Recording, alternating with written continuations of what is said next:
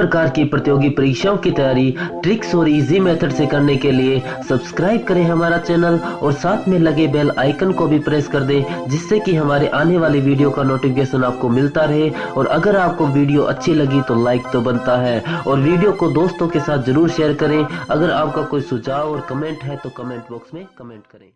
जिन लोगों ने अभी तक इस चैनल को सब्सक्राइब नहीं किया है, चैनल को सब्सक्राइब करें, बेल आइकन दबाएं ताकि हमारे वीडियोस के अपडेट्स आपको समय समय पे मिलते रहें। यह आपका पार्ट 2 वीडियो है इस चैप्टर का। पार्ट 2 वीडियो में आज हम लोग बात करेंगे दो परिमेय संख्याओं के बीच अन्य परिमेय संख्याएं कैसे लिखी जाती है, यानी कि to write other rational numbers between two rational number, यानी कि दो परिमेय संख्या के बीच में आप पिछले वीडियो में पढ़ चुके हैं कि अनगिनत परिमेय संख्याएं होती है, आप अनगिनत उसमें निकाल सकते हैं। जैसे यहाँ पे भी लिखे हैं कि यदि ए और बी दो भिन्न परिमेय संख्याएं हैं तो ए और बी के बीच अनंत यानी कि अनगिनत परिमेय संख्याएं लिखी जा सकती है। तो इसको कैसे निकाला जाएगा? मान लीजिए इसमें कि ए और बी है ना, क्या है, दो भिन्न परिमेय संख्या है। हम इसमें मान लेते हैं कि ए जो है छोटा है बी से, ए क्या है, बी से छोटा है। हम लोग पहला मेथड देखते हैं इसका, प्रथम विधि। पहला विधि क्या है? तो पहला विधि है इनके बीच में, ए और बी के बीच में मान लीजिए एक आपको परिमेय संख्या लिखनी है, ए तथा बी के बीच की परिमेय संख्या। ठीक, क्या करेंगे, परिमेय संख्या किस तरह से लिखेंगे? तो हो जाएगा A plus B by two, A plus B by two. ऐसे ही बहुत सारी निकाली जा सकती है इसी फॉर्मूला के रखकर। हम लोग एग्जाम्पल से इसको समझते हैं, ठीक है, एक उदाहरण के द्वारा हम समझते हैं। मान लीजिए हमें निकालना है, पहला क्वेश्चन इस तरह से दिया है कि एक तथा दो के बीच की तीन परिमेय संख्या ज्ञात करें। ठीक है, ये आपका क्वेश्चन है। ठीक है, आज आपको तीन गो परिमेय संख्या ज्ञात करना है, तो किस तरह से निकालेंगे? तो ध्यान रहे कि इसका आंसर आप सेम नहीं मिला सकते, क्योंकि दो परिमेय संख्याओं के बीच में अनगिनत न परिमेय संख्या हो जाएंगी। तो यहाँ से आपको तीन ही मात्र निकालना, तो वो कोई भी हो सकती है। ठीक है, तो इसके लिए कोई ये नहीं है कि आपको फिक्स आंसर ही आएगा, इसका कुछ अलग भी आ सकता है, उससे कोई प्रॉब्लम नहीं है। ठीक, हम लेते हैं पहली परिमेय संख्या। क्या हो जाएगा? तो देखिए किस तरह से आपको निकालना है। आपको फॉर्मूला पता है, a plus B by two. अच्छा, इस a plus B by two को ऐसे भी लिख सकते हैं ना, 1/2 a प्लस बी। इसका रखने से देखिए आपको इसके जगह ऐसे रखिएगा ना तब आपको ज़्यादा सरल लगेगा। ठीक है, देखिए कैसे, 1/2 a प्लस बी। यहाँ जो है a ये है और b ये है। ठीक है, यहाँ a का वैल्यू क्या है, 1 है, और b बराबर 2 है, क्योंकि देखिए a जो है छोटा है b से। ठीक, क्लियर है, 1 प्लस 2, यानी यहाँ से जुड़ जाएगा 3, तो 3 बन जा 3/2। यानी कि आप यहाँ से आपको ये पता चला कि एक और दो के बीच एक परिमेय संख्या आ गई, क्या, 3/2। अब देखिए आपको निकालनी है दूसरी, है ना। ठीक है, दूसरी परिमेय संख्या।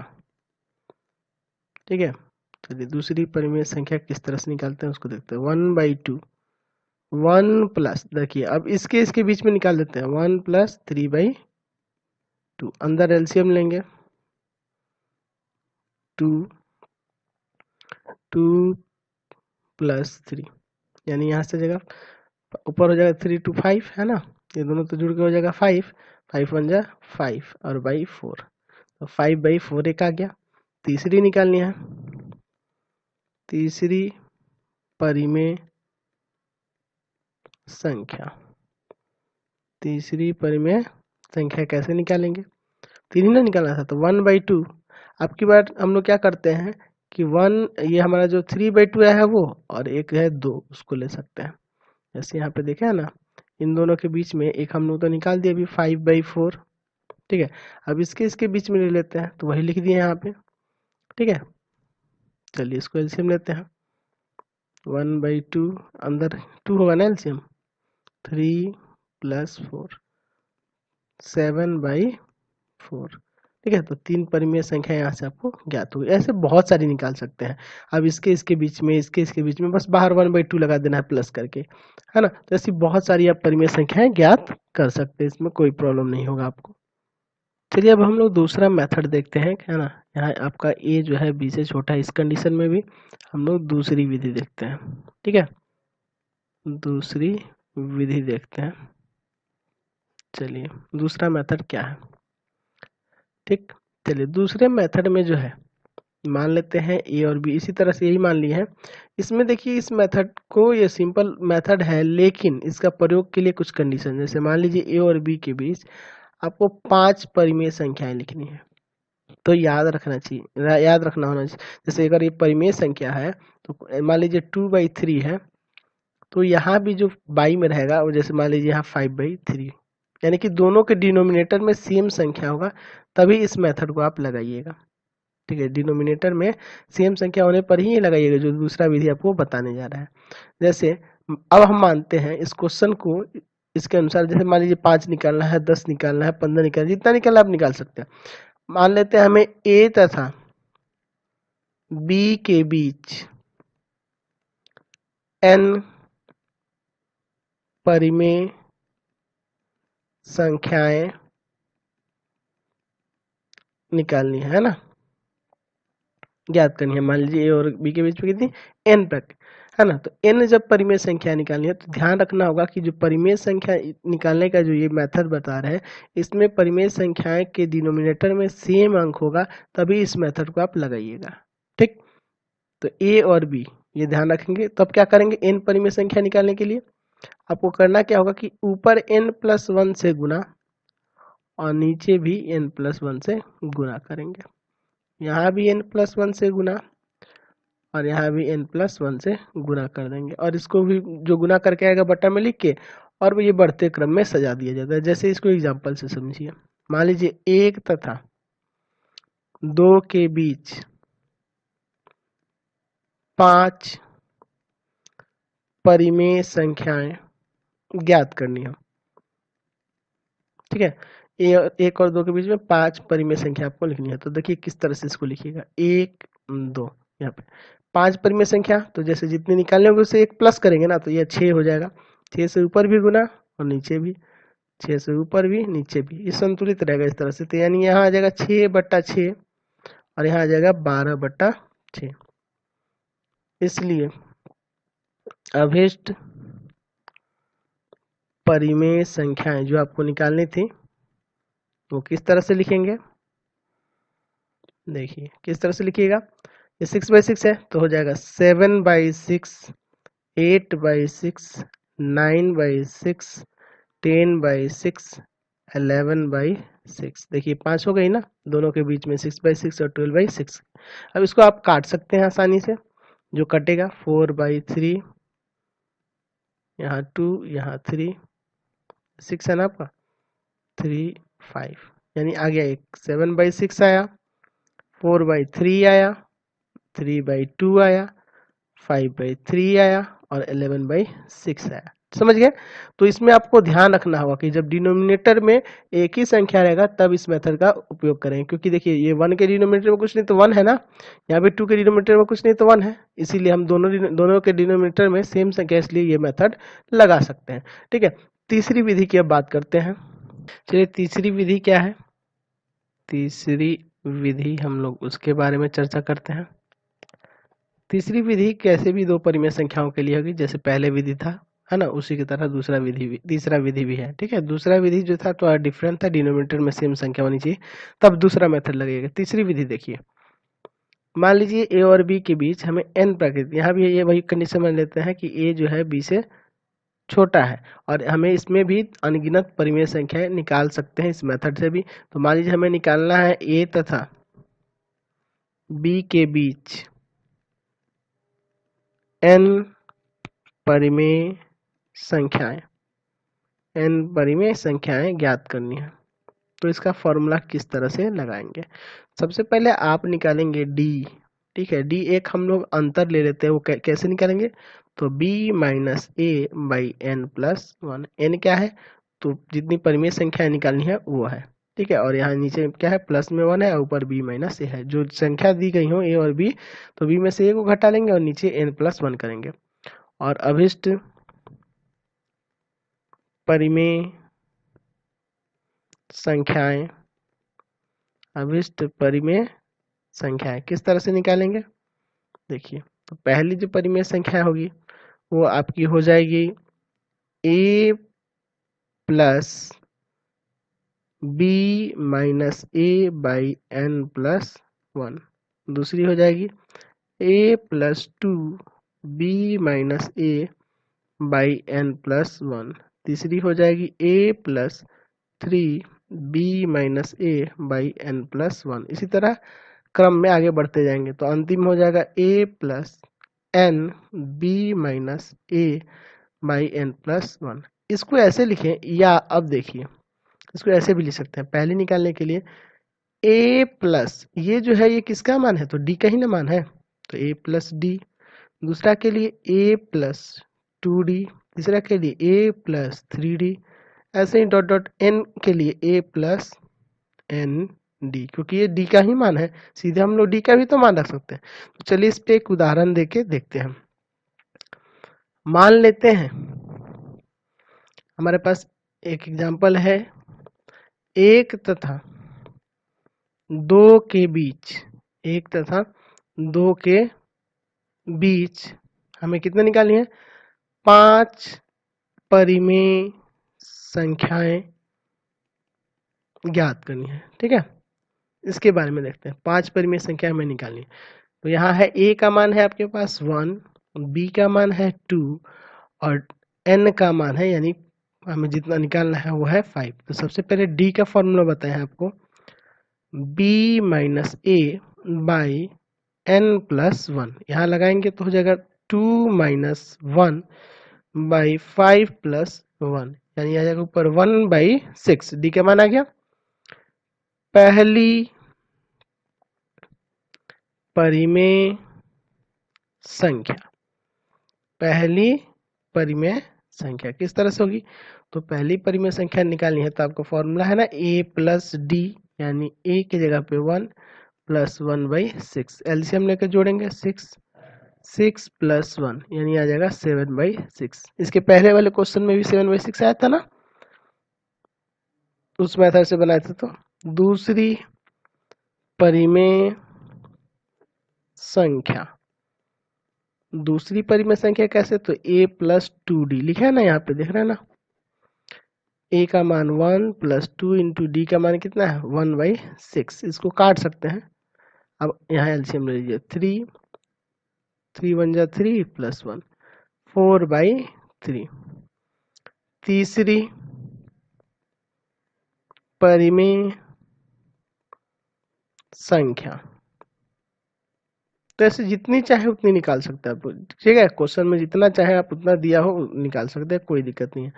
ए का मान 1, 3 इंटू डी का मान 1/6। इसको काटेंगे, अंदर एलसीएम लीजिए यहाँ पे, तो अब 2 प्लस 1, यानी यहाँ से आ जाएगा आपका 3/2, ठीक है। चलिए अब चौथी देखते हैं और पांचवी देखते हैं। चौथी परिमेय संख्या a plus 4d, 1 plus 4 d का मान है आपके पास 1/6। इसको काटिए, 2 यहाँ पे 3, अंदर एलसीएम लीजिए, 3 प्लस 2 5/3। फिर निकलना आपका पांचवी परिमेय संख्या a प्लस 5d, a की जगह 1 प्लस 5 इंटू डी की जगह पे होगा 1/6। एलसीएम ले लीजिए, 6 प्लस 5 11/6। यहाँ से पांचों निकल गए कि नहीं। तो ये आपके 3 मेथड हैं, तीनों मेथड जो आपको अच्छा लगे उसके द्वारा क्वेश्चन को सॉल्व कर सकते हैं, ठीक है। चलिए आगे देखते हैं इसमें। चलिए अब हम लोग बात करते हैं अपरिमेय संख्याओं के बारे में, यानी इरेशनल नंबर से। अपरिमेय संख्याएं क्या होती हैं। वह संख्या है अपरिमेय संख्या कहलाती है जिसको p बटा q के रूप में नहीं लिखा जा सकता है, जहां p और q पूर्णांक है और q नॉट इक्वल टू 0। अपरिमेय संख्याएं भी अपरिमित रूप से अनेक होते हैं, यानी अपरिमित संख्याएं भी बहुत सारी होती हैं। दूसरी भाषा में कह सकते हैं कि जो रूट के अंदर होंगी वैसी संख्याएं अपरिमेय संख्याएं होती हैं।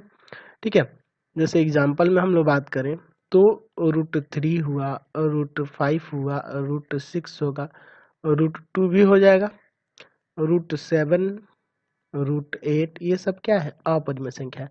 आप सोचते होंगे कि इसमें सर एक आप संख्या छोड़ दी है √4, है ना, तो √4 बता दें कि ये एक परिमेय संख्या है, क्योंकि 4 का रूट आता है 2, तो 2 एक परिमेय संख्या ना हुआ, 2 बटा एक परिमेय संख्या का रूप हो गया।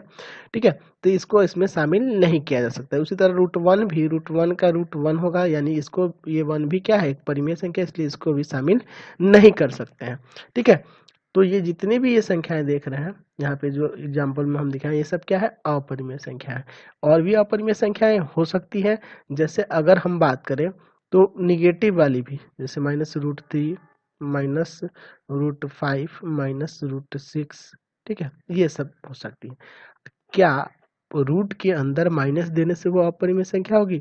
तो जी नहीं। अगर अंदर माइनस दीजिएगा तो ये तीसरी एक और संख्या होती है, जिससे हम लोग आगे चल के क्लास 11th में इसके बारे में डिस्कस करेंगे। ठीक है, तो ये रूट के अंदर माइनस में जो चला जाता है, ये आपकी संख्याओं के बारे में हम लोग क्लास 11th में जानेंगे, जब सम्मिश्र संख्या पढ़ेंगे उस समय में।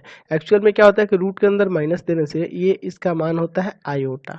ठीक है, रूट अंडर -1 का मान होता है आयोटा। ये एक आयोटा एक ग्रीक अक्षर है, जिसके बारे में हम लोग क्लास 11th में डिस्कस करेंगे। ठीक है, तो इसको आप छोड़ दीजिए, यहाँ आप देखिए।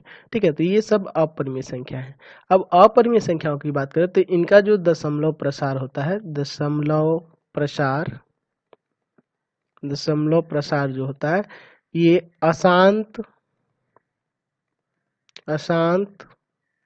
अनावर्ती होता है।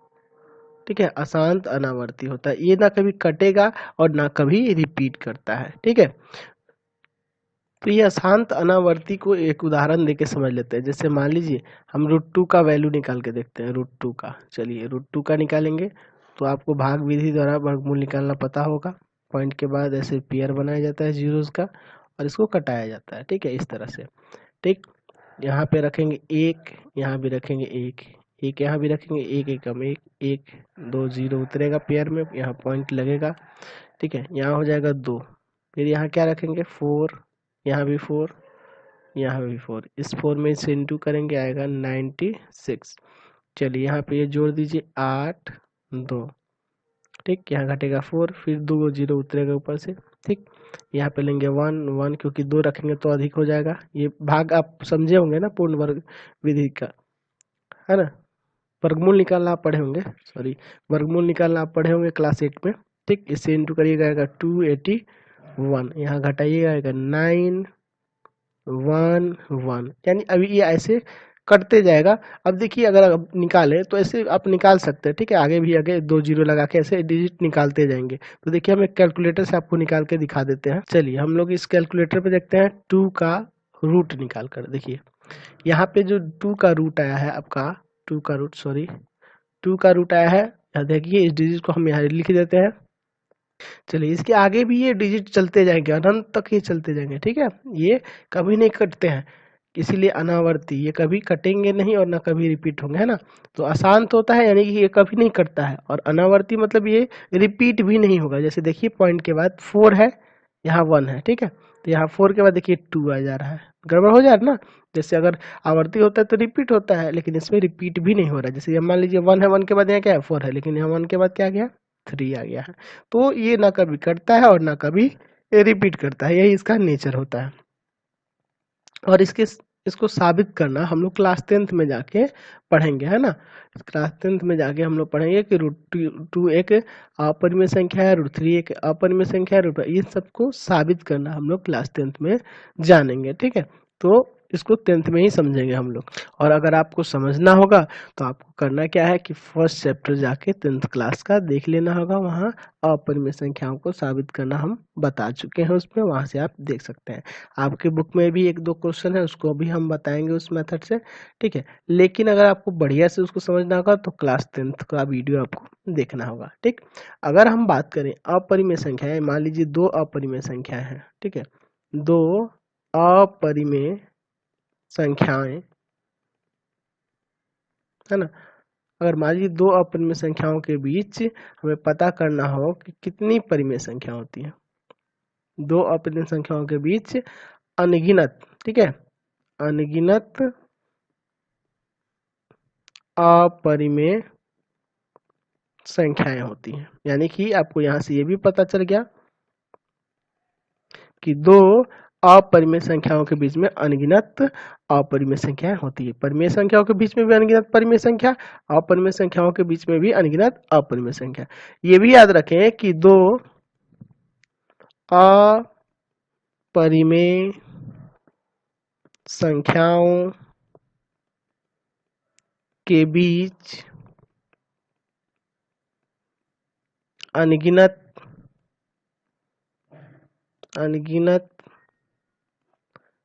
परिमेय संख्याएं होती हैं। यानी कि 2 अपरिमेय संख्या भी होगा तो उनके बीच में भी अनगिनत परिमेय संख्या हो जाएंगी, परिमेय भी हो जाएंगी और अपरिमेय भी हो सकती हैं। उसी तरह 2 परिमेय संख्याओं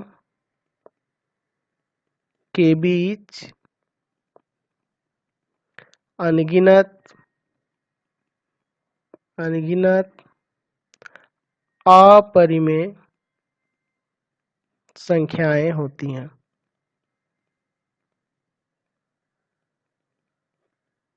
ठीक है, यहां से आपको क्लियर ये पता चल रहा है, यहां से यही निष्कर्ष निकल रहा है कि 2 परिमेय संख्या हो या अपरिमेय संख्या हो, उनके बीच में अनगिनत परिमेय या अपरिमेय संख्याएं हो सकती है। इससे यही आपको निष्कर्ष पता चल रहा है। ठीक है, यहाँ से ये अब क्लियर हो गया। अब हम लोग क्या बात अब यहाँ बात करेंगे, जैसे हम लोग परिमेय संख्या को संख्या रेखा पर प्रदर्शित कर रहे थे, तो क्या हम लोग अपरिमेय संख्या को भी संख्या रेखा पर प्रदर्शित कर सकते हैं, दिखा सकते हैं?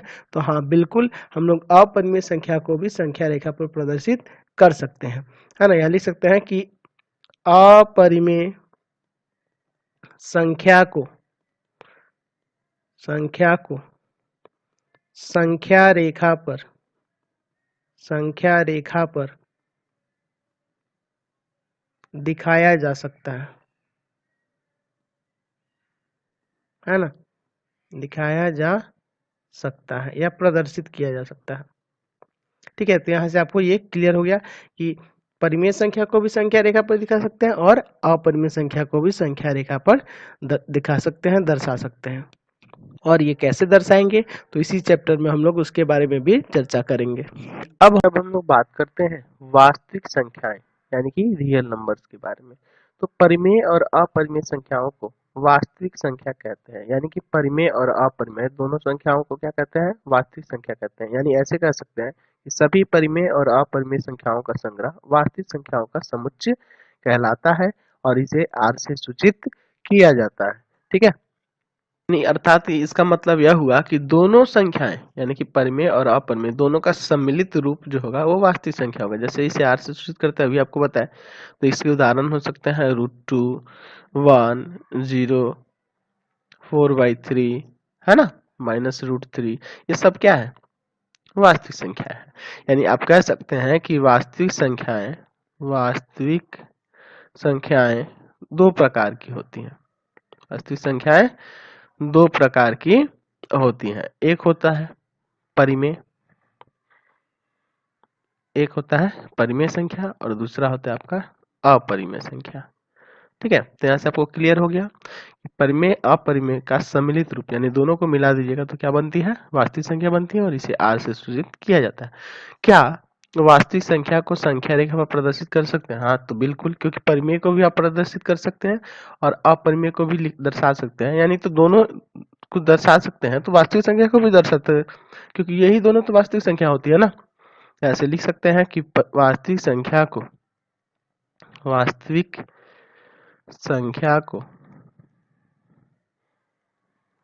संख्या रेखा पर प्रदर्शित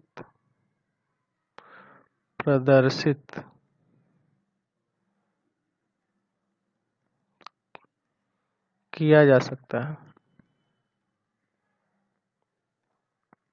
ठीक है, क्लियर है यहाँ से। अब हम लोग बात करें तो दो वास्तविक संख्याओं के बीच में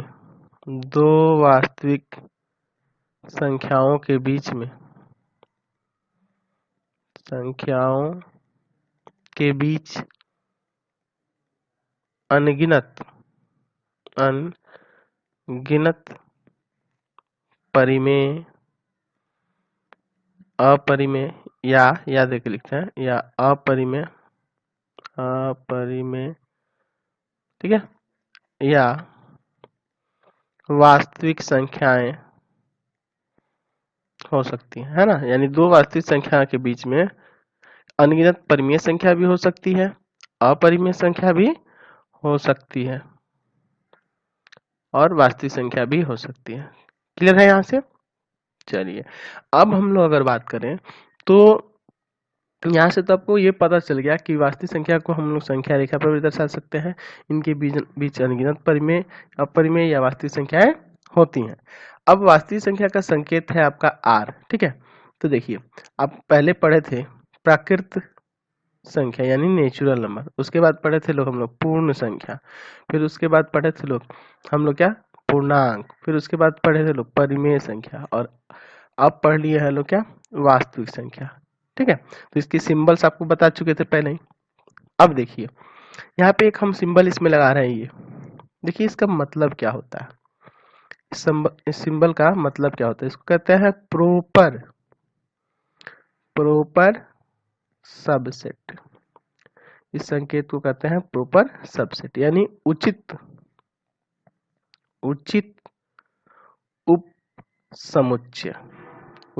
उपसमुच्चय। अब देखिए इसका अर्थ होता क्या है, उचित उपसमुच्चय का अर्थ क्या होता है। तो ये देखिए आपको ये तो पता है कि नेचुरल नंबर यानी प्राकृत संख्याएं होती है 1 2 3 4 5 इस तरह से। होल नंबर ये होता है 0 1 2 3 4 5 इस तरह से आगे बढ़ते जाएगा ये भी अनंत तक। ठीक है, उसी तरह जेड यानी कि हम लोग बात करें पूर्णांक की तो ये सब होते हैं इसमें डॉट डॉट डॉट दीजिए -3 -2 -1 0 1 2 3 ये सब होते हैं, है ना। तो छोटा हो गया। चलिए इस तरह से, तो इस तरह से तीनों से ही क्या देखिए ये जो है नेचुरल नंबर यानी वास्तविक संख्या, ये सारी संख्याएं ये होल नंबर में मिल रही है, लेकिन कुछ ऐसी संख्याएं हैं इस होल नंबर में जो इसमें नहीं मिल रही है। ठीक है, जैसे 0 इसमें मिल रहा है नहीं मिल रहा है, तो उचित उपसमुच्चय उसी के लिए लगाया जाता है कि इसमें की सारी संख्या इसमें मिले लेकिन इसमें कुछ ऐसी संख्या हो जो इसमें ना मिले, जैसे कि यहाँ 0। ऐसे ही यहाँ देखिए इसमें की सारी संख्या इसमें मिल रही है यानी 0 से लेकर 1 2, लेकिन इसमें माइनस वाला जो है इसमें नहीं मिलेगा। ठीक है, तो यहाँ से आप इसी के लिए लगाया जाता है, यानी कि इसकी जो भी सारी संख्या होंगी इसमें होंगी, इसकी सारी संख्या इसमें होंगी, इसकी सारी संख्या इसमें होंगी और इसकी सारी संख्याएं इसमें होंगी, इसीलिए ये लगाया जाता है सिंबल उचित उपसमुच्चय। लेकिन इसमें की सारी संख्या इसमें नहीं होगी, इसमें की इसमें नहीं होगी, या इसमें के फर्स्ट वाले के में भी नहीं होगी, इसमें की फर्स्ट वाले में भी नहीं होगी, सेकंड वाले में भी नहीं होगी। ठीक है, यानी कि बाएं से दाहिने जाइएगा तो सारी संख्याएं मिलती जाएंगी। ठीक है, और बाएं दाहिने से बाएं आइएगा तो इसमें नहीं मिलेंगी, इसी के लिए हम लोग ये लगाते हैं। यानी कि आपसे पूछ दिया जाए इसका फायदा क्या है, अगर पूछ जाए क्या सभी प्राकृतिक संख्याएं पूर्ण संख्याएं होती है, हाँ बिल्कुल होती है क्योंकि ये सारी इसमें मिलती है। क्या सभी प्राकृतिक संख्याएं पूर्णांक होता है, तो हाँ बिल्कुल होता है, लेकिन क्या सभी पूर्णांक प्राकृतिक संख्या होता है, नहीं होता है। उल्टा आएंगे तो नहीं होगा, इस तरह से बढ़ेंगे तो होगा, तो इसीलिए हम ये सिंबल बताए हैं। ठीक है, तो इसको आप ध्यान में रखेंगे। तो हमारा वीडियो ये एंड करते हैं हम लोग इस चैप्टर को, तो प्लीज चैनल को सब्सक्राइब कर दें, बेल आइकन दबा दें और प्लीज जितना ज़्यादा हो सके अपने दोस्तों में शेयर करें और कमेंट बॉक्स में लिखें कि हमारा वीडियो आपको कैसा लगता है और चैनल को सब्सक्राइब करके बेल आइकन दबा दें। Thanks for watching.